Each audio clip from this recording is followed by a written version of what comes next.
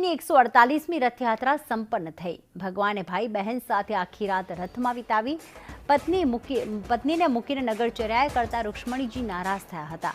ત્યારે રિસાલા રૂક્ષ્મણીજીએ ભગવાનને મંદિરમાં રાત્રિ દરમિયાન પ્રવેશ જ ના આપ્યો અને રથમાં જ બિરાજમાન ભગવાનના દર્શન કરવા હાલમાં ભક્તો પહોંચ્યા છે।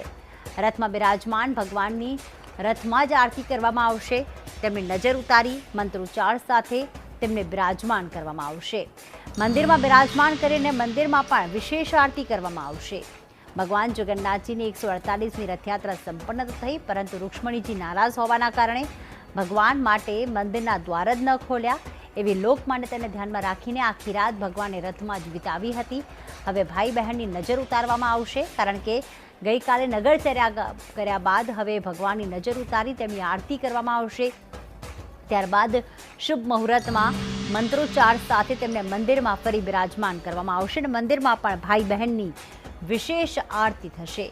ભગવાન જગન્નાથજીના રથમાં બિરાજમાન થયેલા દર્શન કરવા માટે આજે પણ ભક્તો ત્યાં ઉમટી પડ્યા છે।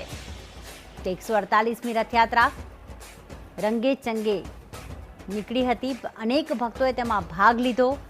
ભક્તોએ ગીત અને સંગીતની સાથે આ નગરચર્યાની ઉજવણી કરી અને હવે જ્યારે મોડી સાંજે ભગવાન મંદિરમાં તો પધારી ચૂક્યા છે, પણ મંદિરમાં એમને બિરાજમાન કરવામાં નથી આવ્યા, કારણ કે ભાઈ બહેનની સાથે ભગવાન નગરચર્યા કરવા ગયા અને પત્નીને સાથે ન લઈ ગયા અને પત્ની રિસાઈ છે તેવી શાસ્ત્રોક્ત કથા જે વર્ણન છે, જે પણ એક પરંપરા છે।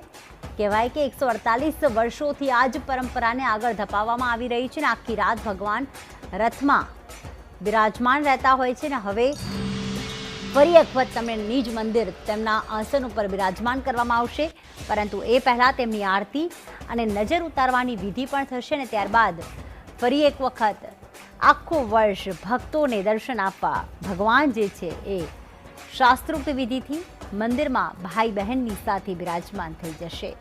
આપ જોઈ રહ્યા છો ભગવાન જગન્નાથજીની આ મૂર્તિ કે જે ગઈકાલે નગરચર્યા કરી, ભક્તોના ખબર અંતર પૂછ્યા અને હવે આ ભક્તો પણ ભગવાનને રથમાં જોવા માટે અને આ પરંપરાનો એક ભાગ બનવા માટે તેઓ પણ મંદિરમાં ઉમટી પડ્યા છે। આજે પણ ભક્તો માટે વિશેષ પ્રસાદનું આયોજન કરવામાં આવ્યું છે। ગઈકાલે મગ, જાંબુ, માલપુઆનો પ્રસાદ, દૂધપાકનો પ્રસાદ આરોગ્યા બાદ આજે ભક્તો ફરી એક વખત તે આશીર્વાદ મેળવવા માટે અહીંયા આવી ચૂક્યા છે, ભગવાનના દર્શન કરી રહ્યા છે અને આજે પણ જ્યારે ભગવાન મંદિરમાં પોતાના આસન પર એટલે કે પોતાના નિજ મંદિરમાં જે દરરોજ જે આસન પર બિરાજમાન હોય છે, ભક્તોને દર્શન આપતા હોય છે, તે નિજ મંદિરમાં બિરાજમાન થઈ જશે। તેમને નવા વાઘા અર્પણ કરવામાં આવશે અને તેમની વિશેષ આરતીનું પણ આયોજન કરવામાં આવ્યું છે।